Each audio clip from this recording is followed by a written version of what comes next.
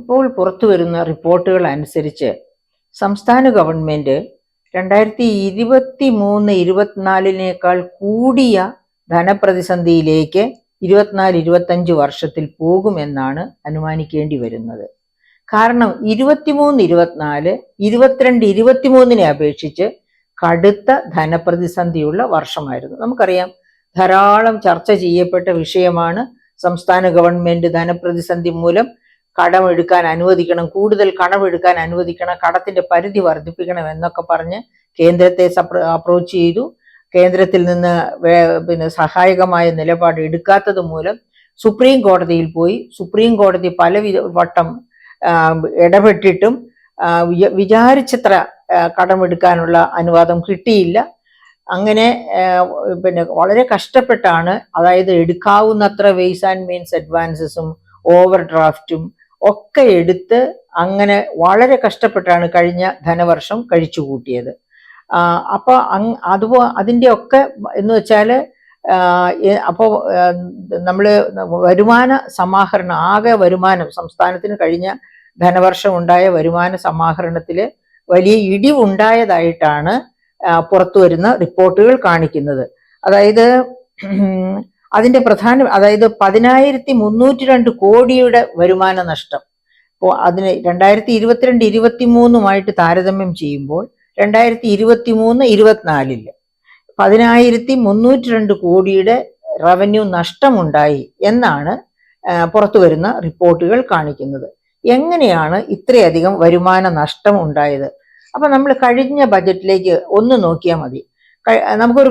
ഒരു സംസ്ഥാനത്തിന്റെ ബജറ്റിനെ തന്നെ ഒന്ന് ചെറുതായിട്ട് നോക്കാം. അതായത് ബജറ്റിൽ നമ്മൾ പറയും എല്ലാം GST പോയെന്ന് സംസ്ഥാന ധനമന്ത്രി പറയാറുള്ളതാണ് ഇപ്പോഴും. അതൊക്കെ GST പോയി, GST കിട്ടുന്നതനുസരിച്ചാണ് എല്ലാം തീരുമാനിക്കപ്പെടുന്നത്. അങ്ങനെ ആ പറയുന്നത് ശരിയല്ല, കള്ളമാണ്.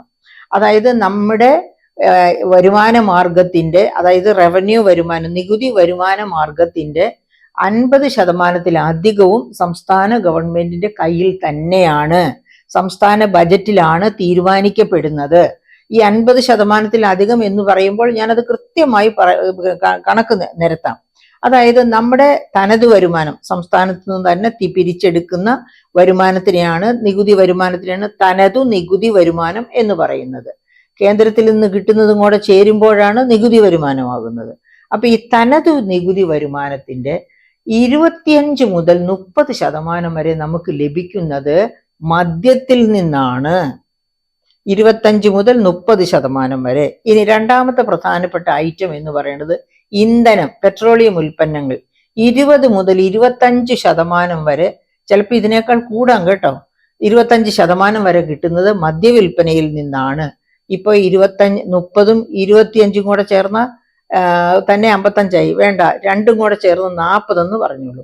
മൂന്നാമത്തെ പ്രധാനപ്പെട്ട ഐറ്റമാണ് ലാൻഡ് റവന്യൂ. അതായത് നമ്മുടെ വിക്കൽ വാങ്ങൽ, സ്റ്റാമ്പ് ഡ്യൂട്ടി, ലാൻഡ് മറ്റ് രജിസ്ട്രേഷൻ ചാർജസ്, അങ്ങനെ എല്ലാം ചേരുന്ന ലാൻഡ് റവന്യൂ, വീടുകളിൽ ചുമത്തുന്ന നികുതി, ഇങ്ങനെയെല്ലാം ചേരുന്നതാണ് ലാൻഡ് റവന്യൂ എന്ന് പറയുന്നത്. അത് ഒരു പ്രധാനപ്പെട്ട ഐറ്റമാണ്. അത് നമ്മളുടെ സംസ്ഥാന ഗവൺമെന്റിന്റെ കയ്യിൽ തന്നെയാണ്. ഇലക്ട്രിസിറ്റി ഡ്യൂട്ടി, അതായത് ഇലക്ട്രിസിറ്റി നികുതി ആയിട്ട് നമ്മൾ ഇലക്ട്രിസിറ്റിയുടെ ബില്ല് വരുമ്പോൾ അതിന്റെ നടുവിൽ കാണും ടാക്സസ് എന്നും പറഞ്ഞിട്ട് ഒരു ഐറ്റം. അതും സംസ്ഥാന ഗവൺമെന്റിന് ബജറ്റ് വഴിയായിട്ട്, അതായത് സംസ്ഥാന ഗവൺമെന്റ് ഇഷ്ടം പോലെ കൂട്ടുകയും കുറയ്ക്കുകയും ചെയ്ത് സംസ്ഥാന ഖജനാവിലേക്ക് നേരിട്ട് വരുന്ന ഈ 4 പ്രധാനപ്പെട്ട വരുമാന മാർഗം. അതായത് ഏതൊക്കെ നികുതി വരുമാന മാർഗങ്ങളാണ്? മദ്യത്തിൽ നിന്നുള്ളത്, പെട്രോളിയം ഉൽപ്പന്നങ്ങളിൽ നിന്നുള്ളത്, ഇലക്ട്രിസിറ്റി നികുതി വഴിയായിട്ടുള്ളത്, ലാൻഡ് രജിസ്ട്രേഷൻ വഴിയായിട്ടുള്ളത്. ഈ 4 പ്രധാനപ്പെട്ട നികുതി വരുമാന മാർഗങ്ങളും സംസ്ഥാന ഖജനാവിന്റെ കയ്യിൽ തന്നെയാണ്.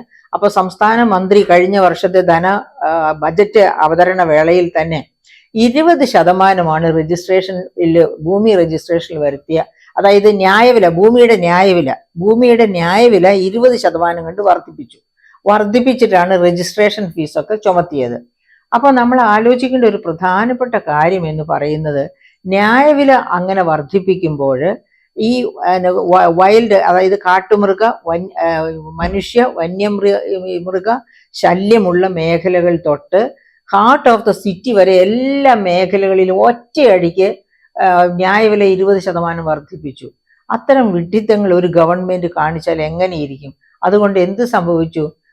പിന്നെ ഭൂ രജിസ്ട്രേഷൻ, അതായത് ഭൂമിയുടെ വിൽപ്പനയെല്ലാം കുറഞ്ഞു. ഈ പിന്നെ എങ്ങനെയെങ്കിലും വിറ്റ് തൊലച്ചു പോകാമെന്ന് വിചാരിക്കുന്ന മൃഗ മനുഷ്യ സംഘർഷം ഉള്ള ഇടങ്ങളിലൊക്കെ ആരും മേടിക്കാൻ തയ്യാറല്ല, ആരും വിൽക്കാനും തയ്യാറല്ല. മേടിക്കാൻ ചെല്ലുന്നവർക്ക് എന്താ പറ്റുന്നത്? ന്യായവിലയിൽ 20% വർധനവുണ്ടായിരിക്കുക. അപ്പൊ തന്നെ ആരും മേടിക്കില്ല. അപ്പൊ അങ്ങനെ പ്രശ്നമായത് കാരണം ഭൂമി രജിസ്ട്രേഷൻ ഒരുപാട് കുറഞ്ഞു. ഭൂമി രജിസ്ട്രേഷൻ കുറഞ്ഞത് കൊണ്ട് തന്നെ സ്റ്റാമ്പ് ഡ്യൂട്ടി ഇനത്തില് നഷ്ടപ്പെട്ടത് എത്ര കോടിയെന്ന് നോക്കാം. 2022-23 സ്റ്റാമ്പ് ഡ്യൂട്ടി വഴിയായിട്ട് 6217 കോടിയാണ് സംസ്ഥാന ഖജനാവിലേക്ക് എത്തിയത്. അതേ സമയത്ത് ഈ ന്യായവില 20% വർദ്ധിപ്പിച്ചതിന് ശേഷം ഭൂമി രജിസ്ട്രേഷൻ കുറഞ്ഞത് മൂലം അതായത് സ്റ്റാമ്പ് ഡ്യൂട്ടി ഇനത്തിൽ വന്ന എമൗണ്ട് 5695 കോടിയായിട്ട് കുറഞ്ഞു. അതായത് 422 കോടിയുടെ കുറവാണ് ആ ഗണത്തിൽ തന്നെ വന്നത്. അപ്പൊ അതുപോലെ തന്നെ ഇതിനേക്കാൾ വളരെ യുക്തിസഹമല്ലാത്ത തീരുമാനമാണ് മദ്യത്തിന്റെ വിലയിൽ എടുത്തത്. ഈ തെക്കേ ഇന്ത്യയിൽ ഒരു സംസ്ഥാനത്തും, തെക്കേ ഇന്ത്യയിൽ നിന്നല്ല ഇന്ത്യയിൽ തന്നെ ഒരിടത്തും തന്നെ ഇത്ര ഉയർന്ന മദ്യവിലയില്ല, നികുതി. അപ്പൊ അങ്ങനെ വന്നപ്പോൾ എന്ത് സംഭവിച്ചു? മദ്യപര് സംസ്ഥാനം അതിർത്തി പങ്കിടുന്ന ജില്ലകളിലുള്ള മദ്യപര് എവിടേക്ക് പോയി? അവര് ഓരോരുത്തരും കുടിക്കാൻ അടുത്ത സംസ്ഥാനത്ത് പോവുകയല്ല ചെയ്തത്. അവര് ഒരാളെ അല്ലെങ്കിൽ 1-2 പേരെ ഏജന്റാക്കി അവർ വണ്ടി പിടിച്ചു പോയി മദ്യം അവിടുത്തെ വില കുറഞ്ഞ വിലയ്ക്ക് വാങ്ങിച്ച് ഇവിടെ കൊണ്ടുവന്ന് അവരെല്ലാവരും ഷെയർ ചെയ്യുന്നു. അങ്ങനെ വന്നപ്പോൾ എന്താ സംഭവിക്കുക? മദ്യത്തിന്റെ വരുമാനവും കുറഞ്ഞു. സത്യത്തില് മദ്യത്തിന്റെ വില കൂടിയത് കാരണം വിൽപ്പന കുറഞ്ഞെങ്കിലും ആകെ വരുമാനത്തിൽ വലിയ കുറവുണ്ടായില്ല.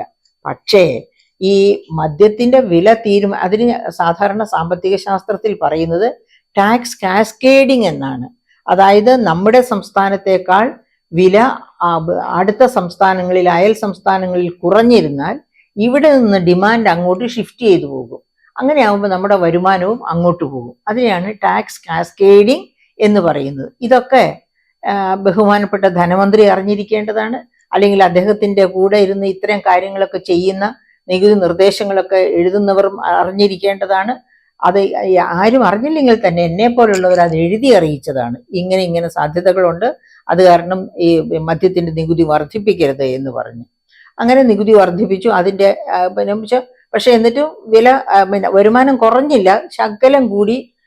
കാരണം എന്താണെന്ന് വെച്ചാൽ വലിയ വിലയ്ക്ക് വിറ്റ്. അപ്പൊ നമുക്ക് അതിന് പ്രത്യേകമായിട്ട് ഞാൻ ചൂണ്ടിക്കാണിക്കാം, നിങ്ങളുടെ ശ്രദ്ധയിൽ കൊണ്ടുവരാം. ഇടക്കാലത്ത് സംസ്ഥാനം മദ്യം ഡിസ്കൗണ്ട് സെയിൽ നടത്തിയ കഥ നിങ്ങൾ മറന്നിട്ടുണ്ടാവില്ല.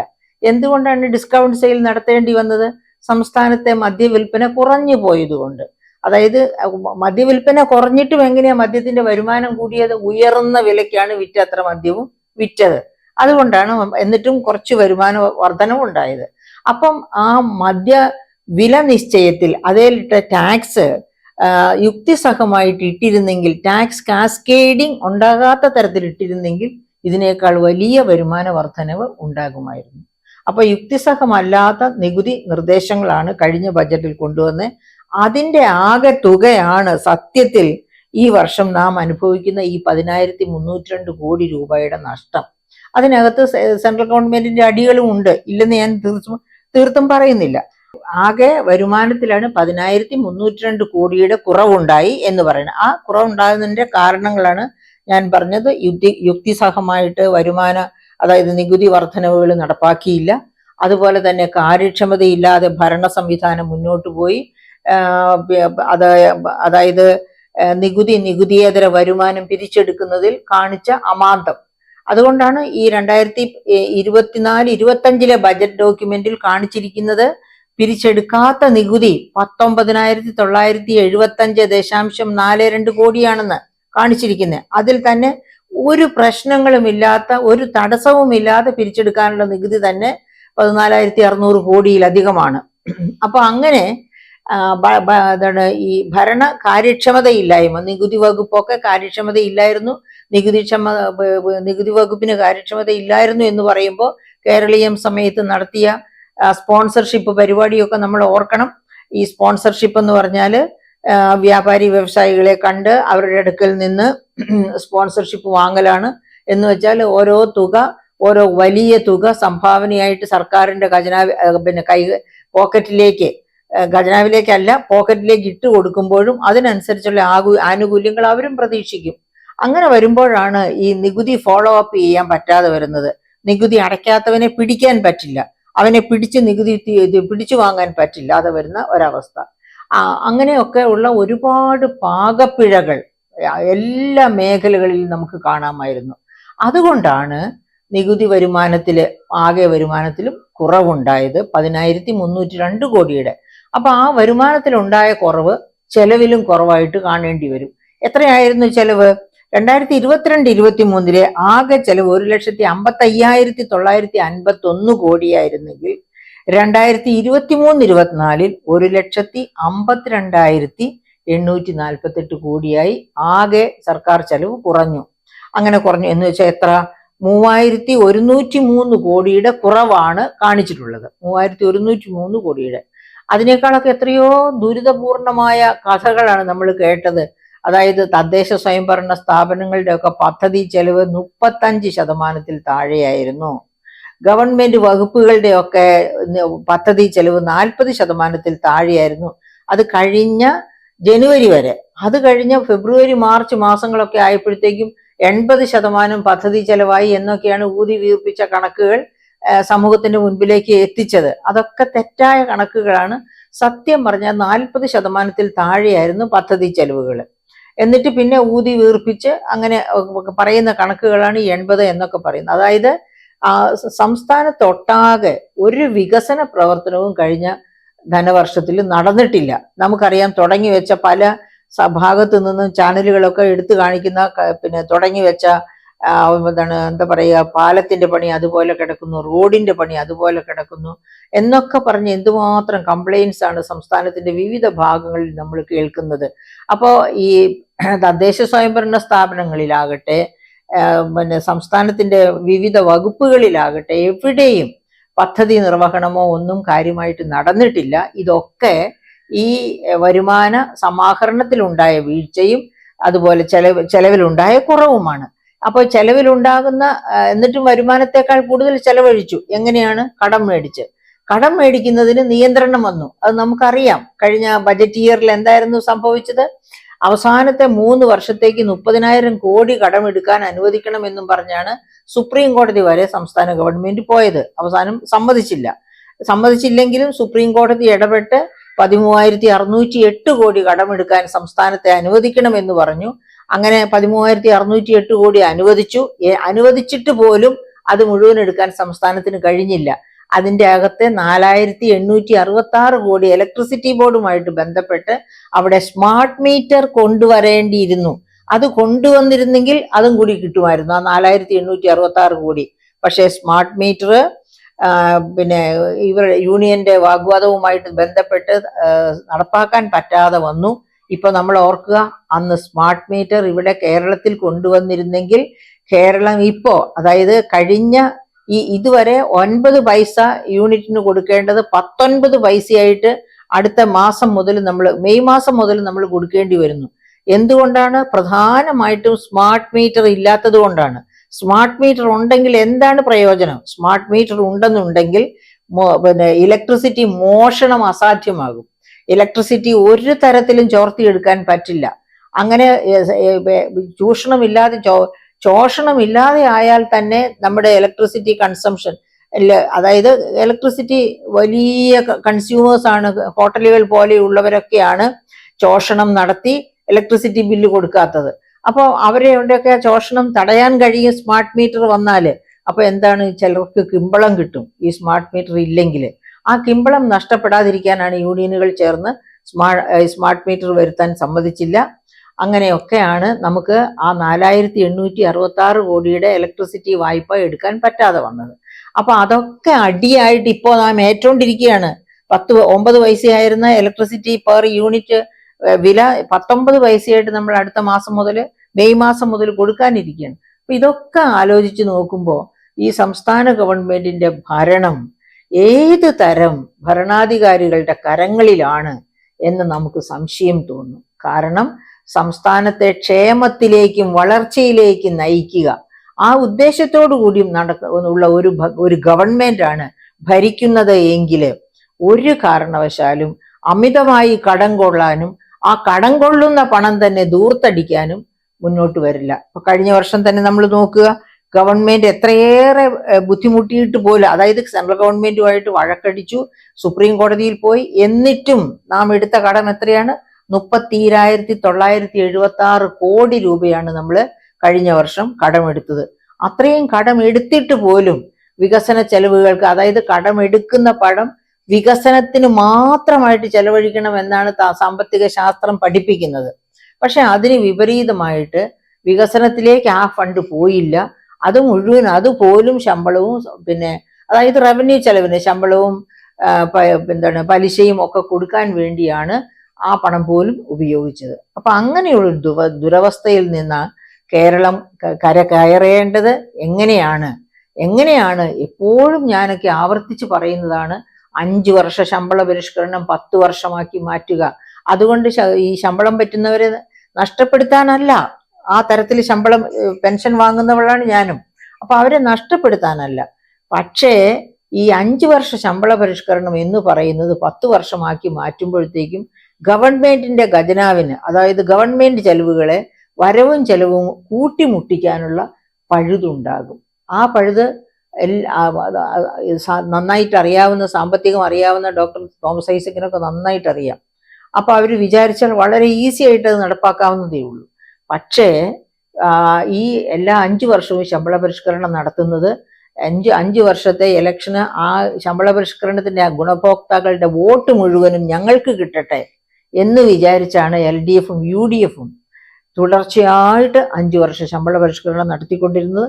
ഇപ്പോഴും നമുക്കറിയാം, ഒരു ശമ്പള പരിഷ്കരണത്തിന്റെ ഇതിലേക്ക് ആണ് മന്ത്രിസഭ മാറിക്കൊണ്ടിരിക്കുന്നത്. ശമ്പള പരിഷ്കരണത്തെ പറ്റിയുള്ള ചർച്ച നടന്നുകൊണ്ടിരിക്കുകയാണ്. മുഖ്യമന്ത്രി തിരിച്ചു വന്നു കഴിഞ്ഞാൽ ഉടനെ ശമ്പള പരിഷ്കരണം, അതായത് 2018 മന്ത്രിമാരുടെ MLA-മാരുടെ ശമ്പളം പരിഷ്കരിച്ചത്, 2024-23 അടുത്ത ഡ്യൂ 5 വർഷം. അപ്പോൾ 23-24 തീരുന്നതിന് മുൻപ് ശമ്പള പരിഷ്കരണം നടത്താനാണ് അവർ ഉദ്ദേശിക്കുന്നത്. പൊതുജനമേ, പ്രിയപ്പെട്ടവരെ, ശ്രോതാക്കളെ, നമ്മൾ ഇന്ന് വാശി പിടിക്കണം. ശമ്പള പരിഷ്കരണം ഇനി 2028 പാടുള്ളൂ. സംസ്ഥാനത്തെ ഈ കടക്കെണിയിൽ നിന്ന് ഒന്ന് കരകയറ്റ്, അതിനുശേഷമേ പാടുള്ളൂ എന്ന് ഉറച്ചു പറഞ്ഞാൽ തീർച്ചയായിട്ടും സർക്കാരിന് കേൾക്കേണ്ടി വരും.